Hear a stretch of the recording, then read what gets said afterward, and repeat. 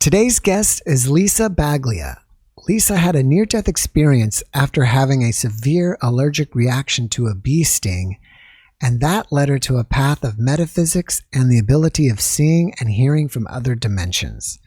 Lisa, thank you very much for giving me some of your time today. I really appreciate it, and welcome. Oh, thank you. I'm so grateful to be here, and you're doing a beautiful thing. This is my favorite topic in the whole wide world, and you're helping so many people.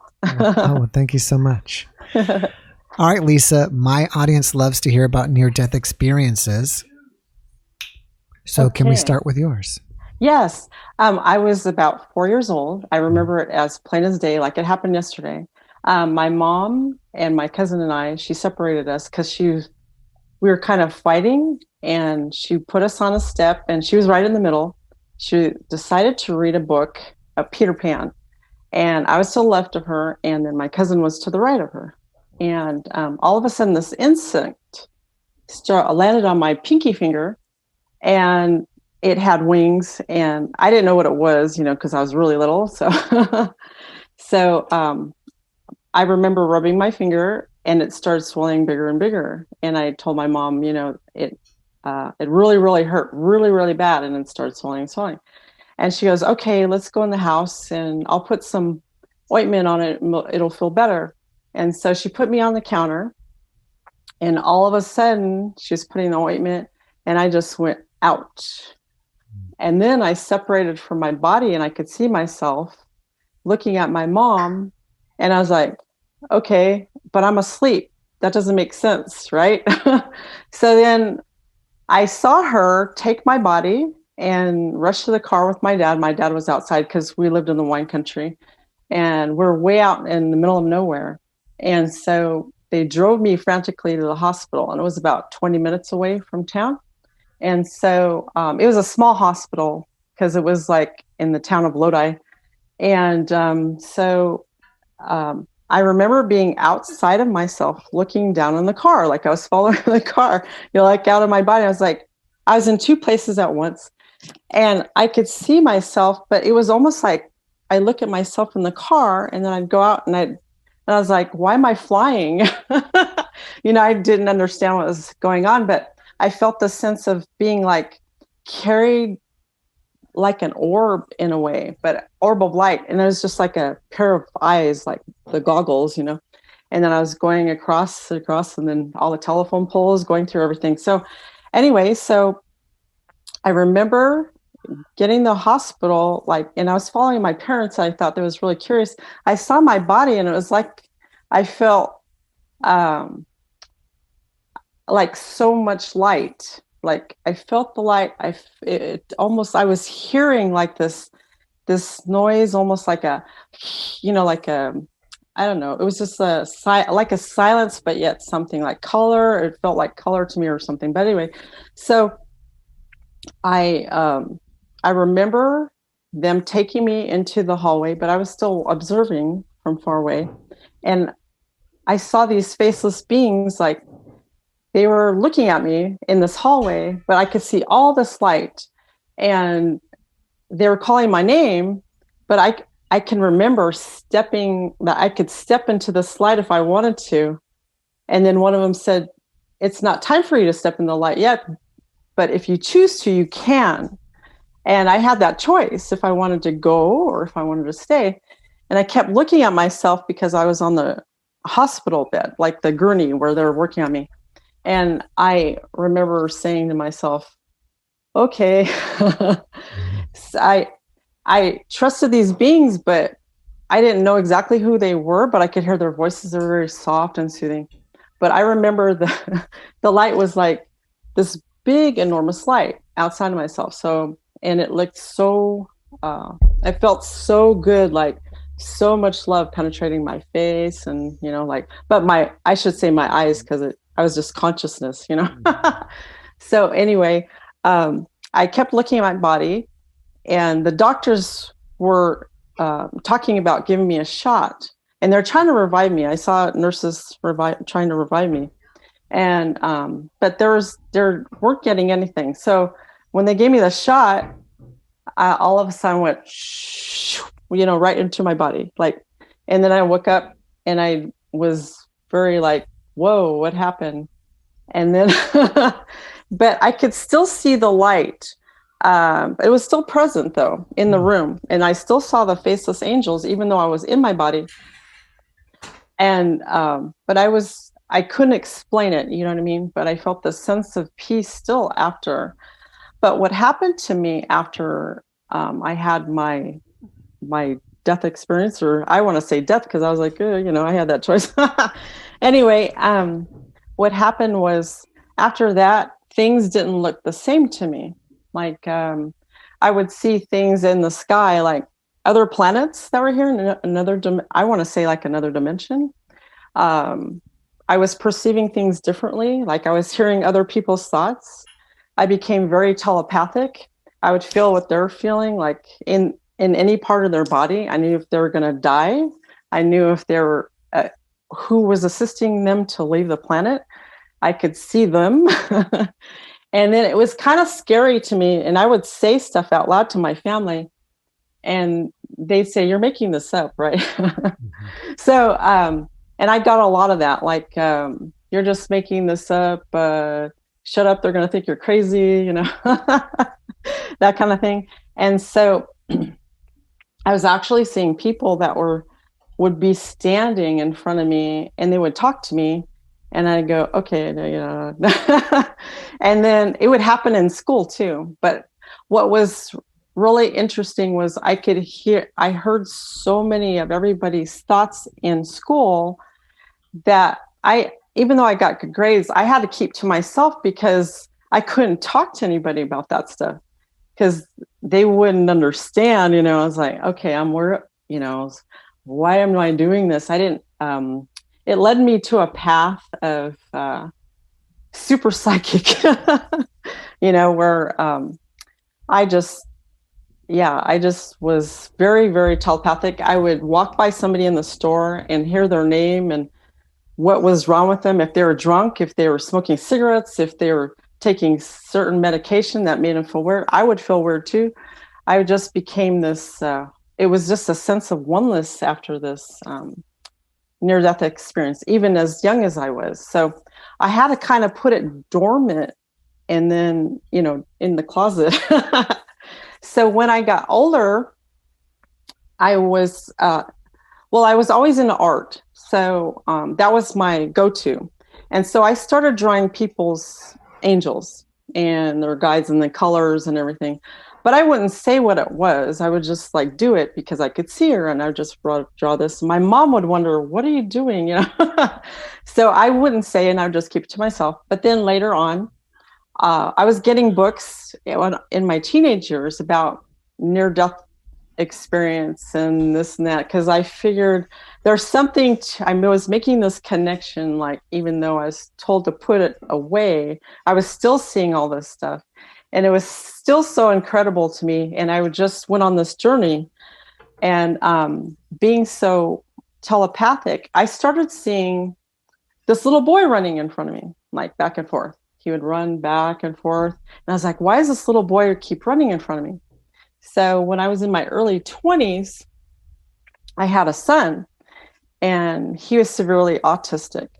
And so because of my abilities, I was able to communicate with him because I had to wake up that part of me that was dormant so I could help him and help to understand him, because I was the only one who could understand him, telepathically this way and that way, So that was a very great benefit on my behalf as being a mom to an autistic child. And now he's an adult, but it's been a wonderful journey with that because I was able to help others, be calm and understand that part. So I ended up getting into the medium stuff. So I took classes to understand it better and all that stuff. So that led me to doing books based on helping other families with this kind of stuff in a positive way to empower other kids. So So I still, to this day, I still see the angels and the guides, and I draw and I do visionary art and all that thing. And so when I was, as I got older, my daughter, I had a daughter who was very much like me. And so we created a show, and she was in the entertainment industry. And so we created a show to interview rock stars.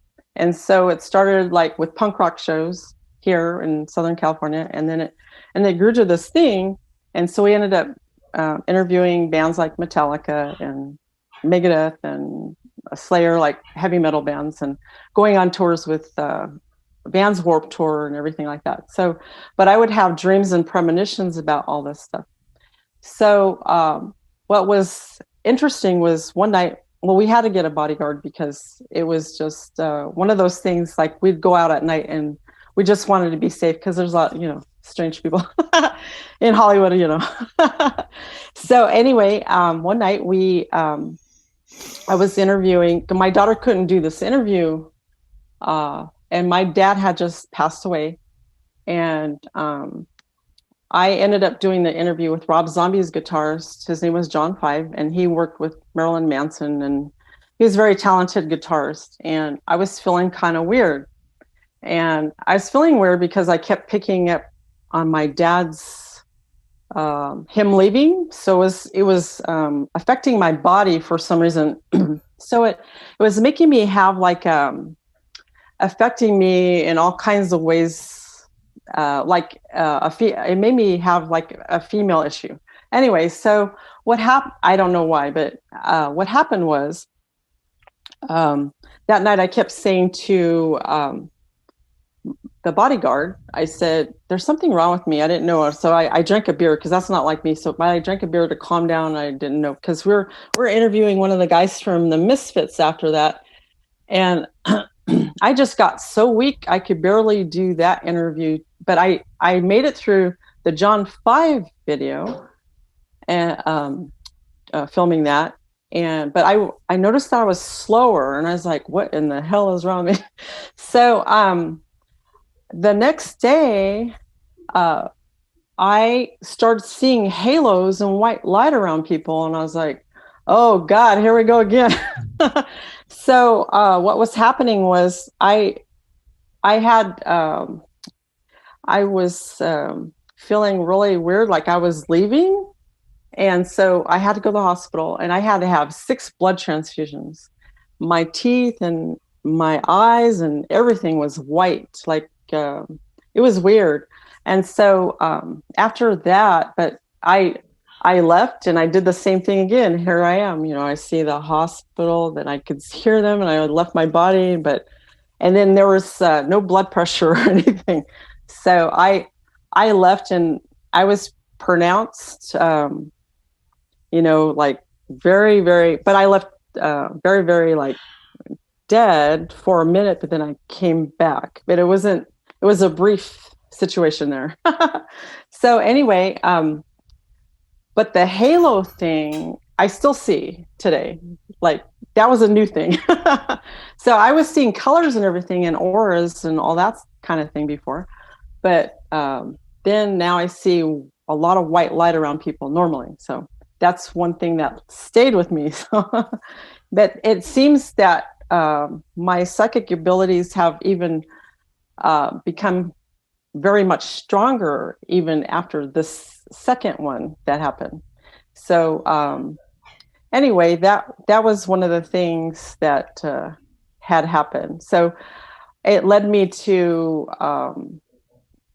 getting more teachers and different things. Like I actually have a teacher from India and that kind of thing. But and then I went to a third eye school where I can see with my blind, with a blind cover, and I could just see with my third eye. So and I could see in the back of my head too. So that was one of the things that happened with this near-death experience. The second one with help with Rob Zombie. So so that was a really interesting. It's been very very powerful and very very, very unusual, so, and then I always ask for the best teachers to come, and they do. So for me to understand, but I do a lot of art with it. So that's how I get my outlet with all the, crossing over and coming back kind of thing. So it's been an interesting journey, that's for sure. Yeah. But I do want to say this a few times, like for my grandmother, right before she died, it just appeared to me. I was driving, and I was driving down the road, and right before she died, I was taken out of my body, like into her hospital bed, but there was nothing wrong with her. She just went in there because she was feeling kind of like a stomach ache, and she was 93 though. So she laid there, and she was like, fine. And they were just checking her, they thought maybe she just wanted attention or something. And so, but I was taken to the hospital room where she was for some whatever reason. And I saw a faceless angel next to her bed. And I was like, whoa, there's that angel. So it was like in a pastel green color. And the angel said her name. And the minute the angel said her name, I knew that she was leaving. I was like, whoa. And then I looked at my husband at the time, and I said, oh my God, Grandma Baglia is leaving. And she's gonna die like today or tomorrow. That's what I was told. He goes, nuh-uh. And sure enough, the next day she left, and there was nothing, like, it was just her time to go. So those kind of things occur to me, like I'll be notified. I'll get the notification from, so then I could see when people are leaving and what's up, That's one thing. I was scared of it in the beginning. I was like, oh my God, I don't know if but now I'm like, whoa, okay, this is cool. It took me an adjustment, let's put it this way, because there's a lot of stuff that goes on, and then you have to protect yourself. And it's a lot of, sometimes it's a lot of interesting things that go on that you're going, okay, I didn't know that was happening, but but it's been a really rewarding experience too, especially with my son, because I know exactly, like, communicate telepathically, and that makes it easier for me. But then the third eye thing recently was really good. So like where you connect, I didn't know that all existed inside here. But once you learn, and there's another optic nerve in there that we can see, and if you open it up, there's another whole world that we don't know that exists. And it's a fun time. When you were speaking about your second NDE down in Hollywood, and you mentioned something about your father was there, and I wasn't really quite clear with that. Can you tell me about how that was related to your father? Okay, so my father, I had the near-death experience, and he died in the same exact spot that I had the near-death experience when I was little. Oh, so that was the connection. So that was that I didn't make that connection until not too long ago. Like, whoa, my God, that actually, like, whoa, because he had built a new house there. So I thought that was really trippy. And really quite interesting, because it's almost like it opened a portal where you could go. Maybe there was a portal there. Who knows? I don't know. But yeah, my dad does, like, a few days ago, he'll pop in every once in a while, and then just say hi. And then one thing about him was, this is really interesting. A few years ago, I was turning the corner, and my dad all of a sudden appeared on my windshield in my car. And I'm like, oh my God, I'm driving. What the hell? He looked at me right in my eyes, and he said, play lottery here. And I was like, are you serious? I'm driving. And I'm like, whoa, okay. So I did it, and I won, it was an $80,000 jackpot, but it was like I had to split it with some people. Wow. But I thought, that was cool, because there was like a an estate thing that was kind of unfair that was going on. So I thought that was really nice of him to, to tell me, okay, just go here. And I do stuff like that too, where I'll pick up on numbers and I used my own numbers. So that stuff happens. When he told you to play the lottery, was it like a lottery scratch off, or what kind of ticket was that? It was, he said different games like Powerball or Super Lotto, or I just tried a couple, and I did that one. It was Fantasy 5 I won from. Oh, wow. So it was one of the 5 out of 5. So I thought, go ahead. I was going to say, did you choose your own number, or you just let the computer pick numbers? No, I chose my own. I used my abilities. Yes. Oh, cool. That's one perk about it. And I do that a lot. So it's like, oh, it's fun. That part's really fun. I mean, that would be great. I would hit the lottery every 3 months, and why work anymore? Yeah, I was there last week. But because I walked in there, but I filmed myself doing it. It's kind of a law of attraction thing, and I saw myself. But that was fun. So that's one thing that I'll pick up on stuff like that, where I was like, go here, and talk to this person, and it guides me to do that. So and I use a lot of meditation, and so like all these things anybody can do. That's why you can access anything. That's what the angels and extraterrestrials say. You can access anything. You have the ability to access anything. And love is the answer to that all, You just got to love everything no matter what, With all these abilities that you have now, like seeing halos around people or auras or colors, does it just happen at random times, or is it constant? And then you just see everybody like this, or do you turn it on and off, or how does it all work out?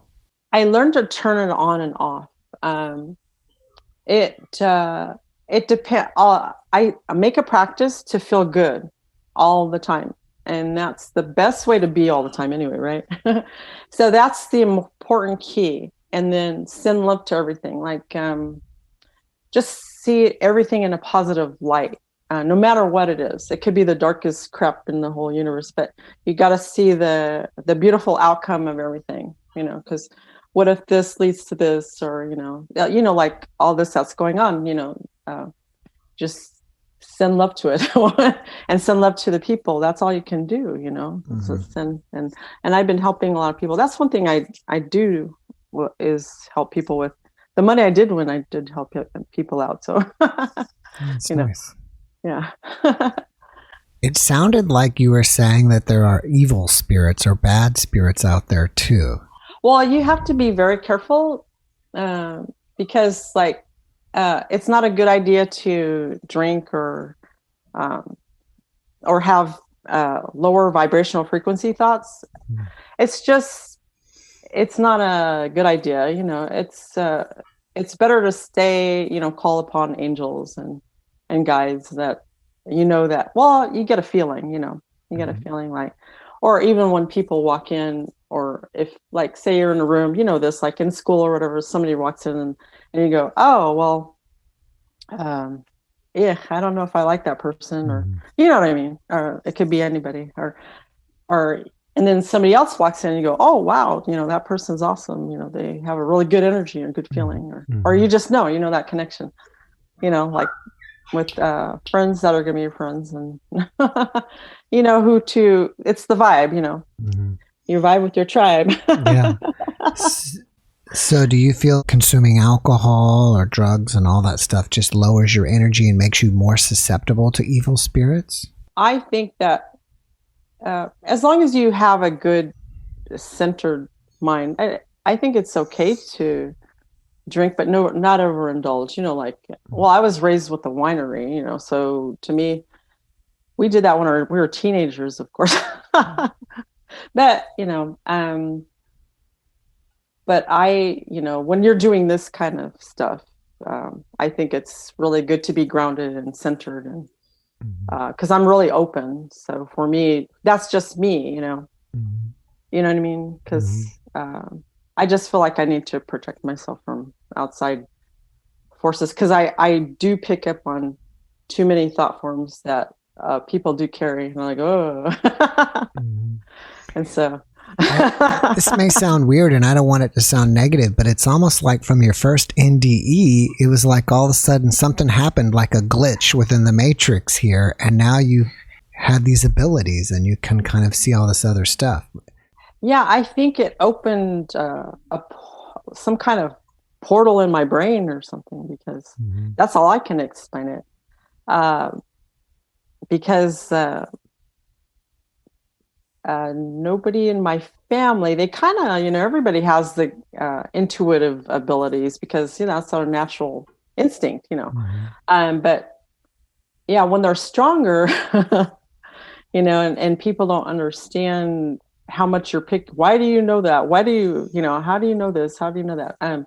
But I think what happens is when you go back to have one foot in the door to the other side, it makes it really, I think you have that connection. You made the connection to, because they're really with the Tibetan monks, they say there's really no death. We're just, we go on, we just drop the body, and so I think that's so interesting. That's one thing too that I started doing a couple of years ago, was lucid dreaming, because we're born with the delta state. We dream, we go to the delta state, and then we die and we're in that delta state. And so I think that's really incredible, because I think that's what the state I was in, and you're able to access anything, just like those beings say. So I've been working with that a lot lately. So I wanted to mention that too. So that's a really good thing to get into. And it's so simple. We go to sleep. Everybody goes to sleep. How have you been working with that lately? In what way? Okay, so I connected with somebody from Hay House, because I wrote for Hay House before, and he lived with Tibetan monks for like 8 years. His name is Charlie Morley, and he has a whole thing on Mind Valley where he teaches that. And so I just listened to him a little bit, and then I got the gist of it. But all you say is, I have excellent dream recall, and I remember my dreams. And like the monks say, to look at your hands front and back, or you can say that what I just said 21 times before you go to sleep. And then how I've been doing it is like, I just ask a question, what do I need to know? And then I have a little book by my bed, and then I write down, da, da, da, da. Or what do I need to know about this? That's all you have to do. It's so simple. And so you can access anything. You know what I mean? So basically that part is being studied through the dream thing, because it's all connected with that too, what I do. And like I said before, the Tibetan monks, other cultures too, have use dream state to access anything. So like indigenous cultures and stuff like that. So that's a real big part of what I do now. So, and I love it, because it's a really fascinating way to know what you need to know. Like, what should I do here? Or, we're our own best teachers. And so I think we're, with what with you, you know what I mean? So, So I just, like, all you have to do is ask a question and you go, whoa. Or like, I was wondering, like, for example, I was wondering why this thing wasn't working. And then I saw in the lucid dream that there was all these old rickety boards nailed. And then when I went and smoothed them out in the dream, the thing worked and it came to me. So that's a sample of how you can, you can go and change it while you're, and I think that's incredible. So that's why I started doing that. Wow, sounds amazing. It's fun. Yeah, it's really fun. So, but he also said, like, if you do have nightmares, that's your way of your brain adjusting to stuff. But then you could stop. If you're lucid, you can look at your hands and go, hey, I have control of this, and totally change it. You know what I mean? So you're saying during your dream, if you try to force yourself to look at your hands front and back, That's what you're doing. Then you know that you're awake. You're awake in your dream. That's the indicator. So you can do other things to be. A lot of people use clocks on the wall, or whatever it is, and it's a really fascinating thing because it's all tied in with the near-death experience. To me, I feel the same as if I did. You know what I mean? So I think that that was one thing that was really important. I wanted to talk about because that'll help a lot of people realize that they have control. Like Charlie healed his eyes while he was lucid dreaming. And then he found out the answer to why his eyes were, and I think that's cool. So, so you can actually go and do that and find out what you need for your body, like in a holistic way or anything. So basically you're saying whatever you want to learn, you just got to write it down right before you go to sleep. Like, what do I need to know about? Yeah. What do I need to know about weight loss or stop smoking cigarettes or whatever? Yeah, exactly. Yeah. You say it 21 times? No, you say what you say. I remember the dream. I have an excellent dream recall. I remember the dream. Okay. And you say that 21 times. And then you can write down what you want to find out, or you can think of it in your mind, just say it to yourself when you're getting really relaxed and sleepy. And then you'll find out the answer or remember as much as you can, that is a real good thing. And I've been doing that. That's a really fun thing to know what's going on and what to expect. And it's like, so I did that actually when I went to the lottery office last week. So I was like, I'm experimenting. So it does work. So did you win last week? Yeah, I did. It was not a big one. It was just I was doing it was just enough over where I had to go to the lottery office and get the ticket. Oh, okay. But it was just a dream. I've been there like this will be my 4th time. So, but I do win like a lot. So anyway, but that's a fun thing to do. So just for experiments. Will you see the numbers in your dreams or what? Yes, I do. Actually, I do. I will. Oh, that's amazing. It's fun. But this one dream though I had was really cool. And it has to do with KISS too, because the lucid dreaming, it had to do with, I'm experimenting with this still, and it's so fun, and everybody has to try this because it is like a near-death experience too. But anyway, so I had one dream. It was a lucid dream where I had seen myself inside the lottery office when I went like last week, and it was like last Tuesday, so it's been like a week. Anyway, so I had it 2 weeks prior. And I wrote down I wrote down everything that I saw. So I was wondering why everything was so blue in there, because it was white before when I went in there. It was really strange.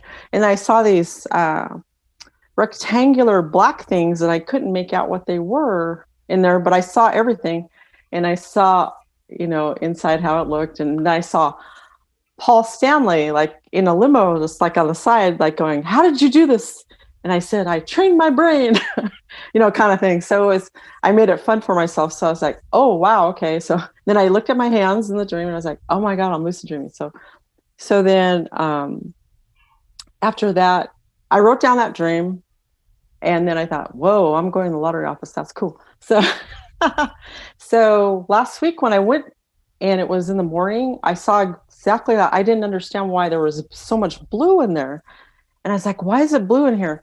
Well, because of what's going on, they had all these things that was covering all the bulletproof glass for the people, the clerks, I guess. And they had, it was all blue backgrounds of the coverings. And I was like, whoa, that's weird. And then the black things were the things where you stand in line, like rectangular, just how I saw in the dream. I thought that was so weird. And then I was filling out the form, and then it was like a self-serve kind of thing. So I had a service, so I'm waiting for the check now. So I mean, you could do stuff like that to experiment, just like, hey, That's a fun thing. So to see how good you could get at that, So do you see the numbers in the dream? And, like we have like, I guess maybe there's different lotteries. I usually don't play, but sometimes there's like, different ones. There's like 10 numbers or something, like there's 1 through a 500 and you choose 41, 73, 22. Do you see all those numbers in your dream and then will you wake up and write down the numbers? Or I write it down as fast as you can because even when I get messages, it's really fast. So I train myself. I could train my brain to do really the first impression, like when you use your gut feeling. Your first impression is the right one. We always second guess ourselves, And so I've done that for years where I would second guess myself. Even though I'd see all this stuff, sometimes I would be like, I don't know. And then I said, no, I can't do that. I have to listen to my first instinct. Like this first one feels good. You just go by how you feel. You really have to go by how good you feel. How many times would you say you've won the lottery? Well, I went to the lottery office. This will be the 4th time. But since I went to the 3rd eye school, it was it's usually every day a little bit, and then it's more like bigger ones. Like then I can cash them. It's different. But I use numbers. So. Oh, that's interesting. I didn't realize. Like I said, I'm kind of not with it with the lottery. I guess there's different ones there's one every day that you can play. Yeah. I just if I win little increments, I'll just trade them. And then I'll just build it up. But I'm usually right. So Well, you got to win. Or I let the universe do it too. I want to see. I can't wait for you to win the big one when it's like 400 million or 500 million or something. That would be amazing. Yeah, I've had where I've seen blank checks in like a mirror looking in the lucid dream, and then now I'm filling in the checks. So we'll see what happens. I'll keep you posted. So, but you can. But yeah, that's a fun part of it, But I just, but like I said, I give, a lot of people need help and stuff. So I use it for good stuff. That's very kind of you. So I want to be clear on what your definition of a lucid dream is. Like, I don't have them very often anymore, but sometimes I would have dreams that seemed to be more real, just as real as life, or, and I would experience really weird stuff in dreams but it was very real. You know what I mean? It was different from a regular dream, if that makes any sense. Yeah. Is that what you would say a lucid dream is, or can you give me what your definition is? Okay. So the lucid dream is, you acknowledge that you're awake in the dream. Okay. So you also have the dreams that, the ones that you're describing, they can be so real that they're actually can be associated with that, but they can also like warn you or be a premonition and things like that. So they can be, like I say, like psychic dreams, or you see like people have dreams where they see their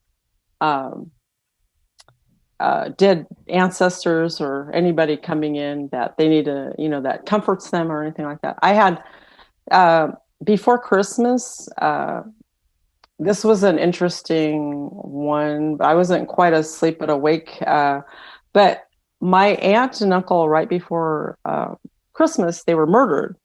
And this is really hard. It was really, really hard for me to talk about it for a while, and then the whole family, because you don't think things like this happen. It happened in the wine country in Northern California.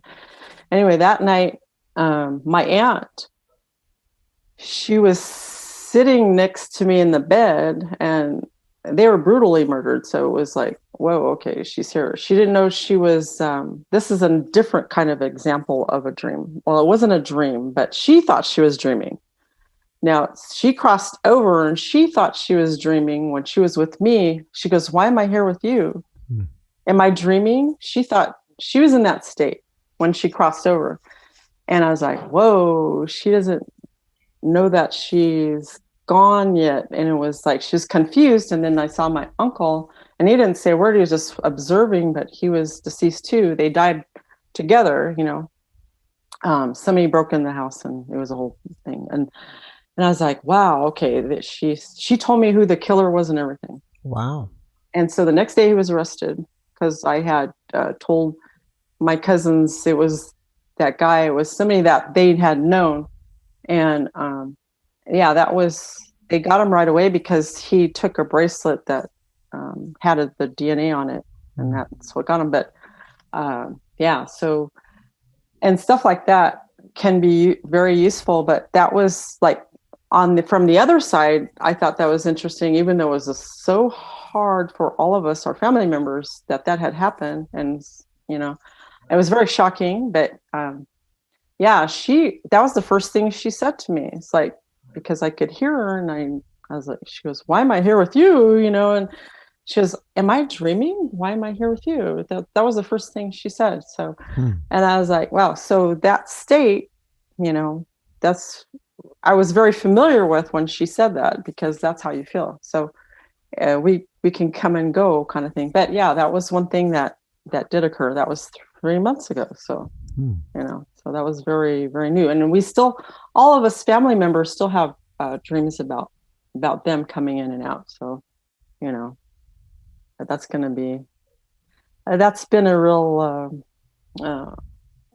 like it's been a challenge, but we have, like, I'm really grateful I have a spiritual foundation, or else I don't know what I would do, It had been really hard to take with that one, but yeah, it's still hard to take, but it's easier that I can communicate, though, and anybody has that ability, really,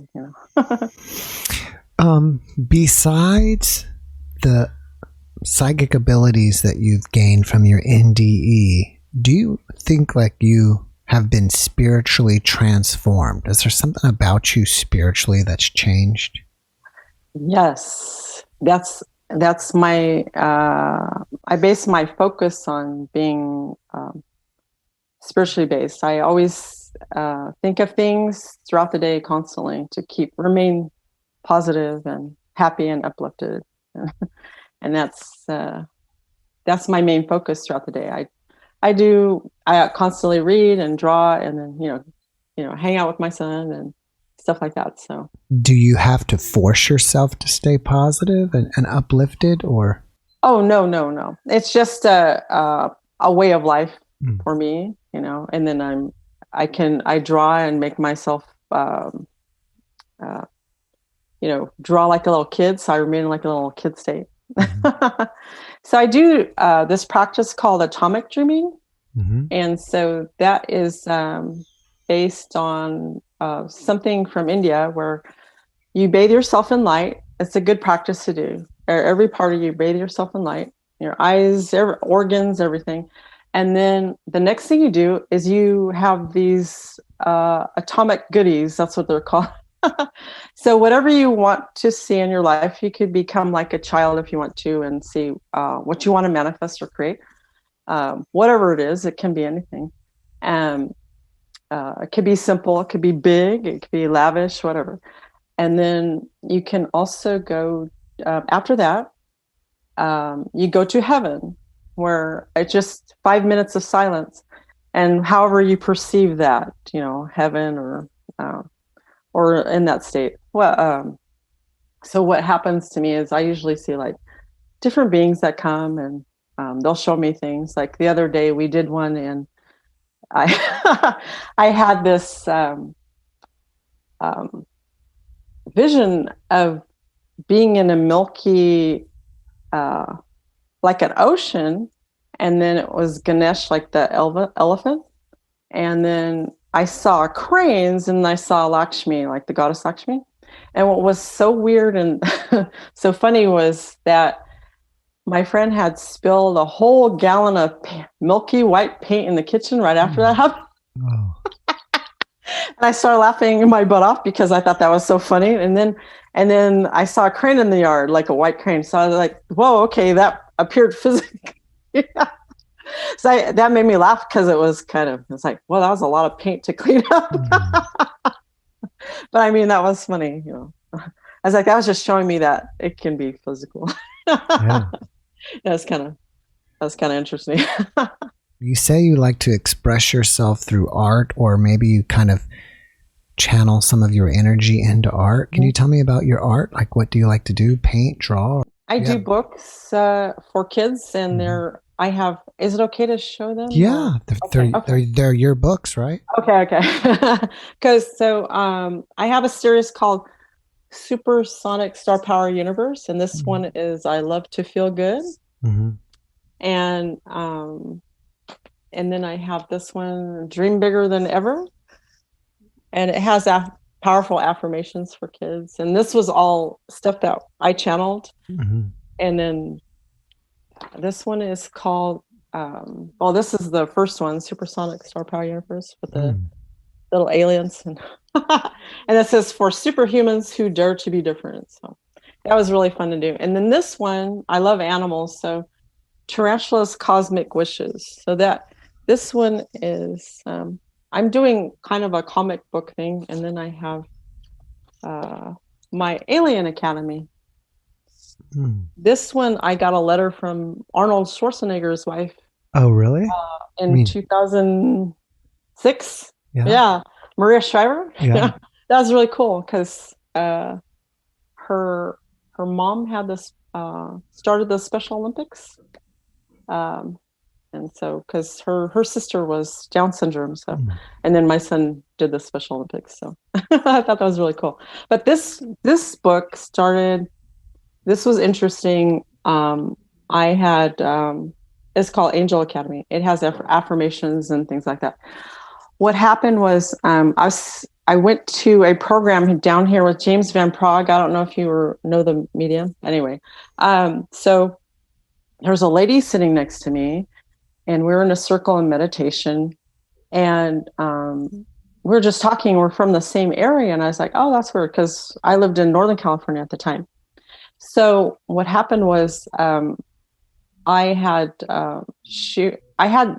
before the meeting started, I saw this young boy, but I didn't know if he was a preteen or if he was a teenager. But he showed me that he was hurt really bad in his chest, and it looked like something really bad happened to him. Anyway, so I didn't know what that was. So I just said, okay, I don't know what I'm supposed to see. So the next day at lunch, because it was a 2-day thing, I talked to her because we were kind of like busy doing meditation. So I talked to her, and I said, so what are you here for? Because I was just there to just be with other people who are like-minded. And she said, I'm here for my son. I said, oh my God. I gasped because I said, is your son, did something really bad happen to him? Like he was shot in the chest. And then I started seeing all these news programs as she was talking. And I said, was he on the news and everything? She goes, yes, yes, yes. And then she started crying because I was tuning into him, the son. So then I said, I really need to do, I don't know, I started seeing a book. So I did this book in one night, but then the illustrations took me, I stayed up all night doing it, just like flowed through me. So this book is dedicated to that young boy. He lost his life through school violence. Wow. So that's the reason why I started these books too, was to get kids to think in really good ways. So that doesn't have to happen, it can be prevented, So that was why I wrote the book. So in the beginning was for the child not to have to, and any child not to have to endure that ever again, That's great. So besides doing the books, do you have any other projects that you're working on that you want us to know about? I am, let's see. Well, I'm doing more of my spirit guide stuff.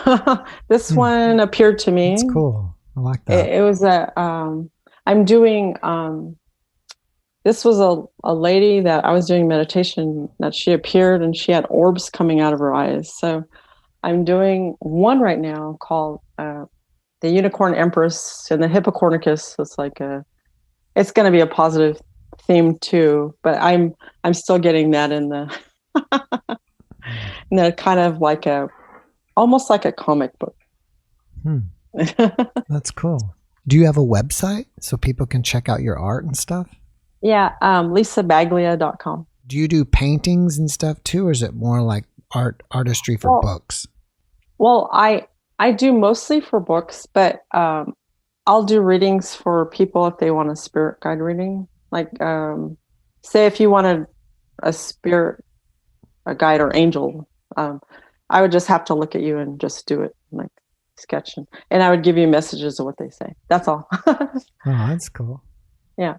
So if anybody wanted to do that. So I was thinking of teaching that because I wanted to get people to be able to get in tune with their own inner voice. And that's a good way to see however it comes, like in light form or colors or shapes or beings, or, because they can come in little balls of light or however, or words, or, that can be your animals and stuff like that. So when you say spirit guide, is kind of that the same thing as guardian angel?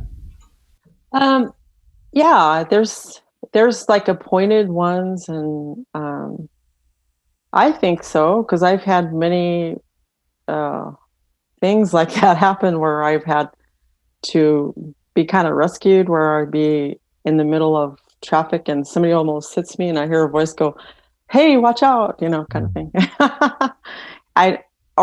Don't go there, or, that's, you just got to listen.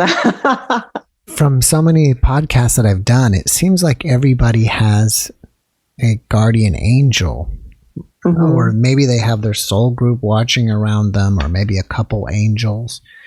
Do you think that like everybody has one, or they have multiple or different guides at different times? I think they have different guides for different things. But then I think there's one main one that I know that stays with me or stayed with me forever, because there's no time and space really. So I always hear one, especially when I'm like exercising on the trail back here, or I'll hear somebody talk to me and I'm like, whoa, okay. Just in the same spot. So I think it's like a nature thing, too. So that's, but I think that there is the angels that stay with you, that, watch over you and, help you out. And all you have to do is ask, whatever you need to know. So if somebody was asking, like you said, what is the best way for them to hear a response or to notice some type of response? If you see or hear repetitive things so say in your mind, you're going, oh, I think I need to change my diet, or I think that's not good for me or something. That's your angels helping you along like that. Or it can be like, that you can do meditation and bring in a lot of light, and you can be open to whatever, or you can do automatic writing where you just write out stuff. But meditation is what opens the door to all the strength of the whatever you need to know on the whatever you're working on. Everybody's different. Everybody has different ways of manifesting or whatever they want to do. What type of meditation do you recommend? I think bathing in light is good. I did one the other day that was really cool with you see yourself as an antenna, like a gold light antenna up to the cosmos, and then you're with your loved ones in a circle. That was really nice. It felt really good. You could just sit still for 3 minutes, or just sit there and then just surrender. There's so many different things to do. But I also do EFT and Qigong and a lot of holistic things like that, and Kundalini yoga. There's so many benefits from all those things that help you. And then I became a Reiki master. So those kind of things help assist that too, opening to become more intuitive. All right. Well, before we wrap it up here, is there one last message that you can share with us? Oh, just have fun. fund your new effort. Make that, just have fun and feel good and love everybody wherever you go. That's great. Well, Lisa, thank you so much for joining me today. I really appreciate you, and thank you. I wish you the best. Oh, same here. It was fun. I enjoyed it very much. And maybe we can get you back and we can talk about your alien stories as well. Oh, yeah. That'd be really cool. Mm-hmm. All right, Lisa, have a great evening. Thanks a million. Mm-hmm. Bye-bye. Bye. Thanks for watching the JeffMara podcast. I really appreciate you. Another way to show support is through YouTube memberships. And if you do, there are loyalty badges and other perks depending on your level of membership. All you need to do is click the join button underneath the video to find out more. Thank you for your support.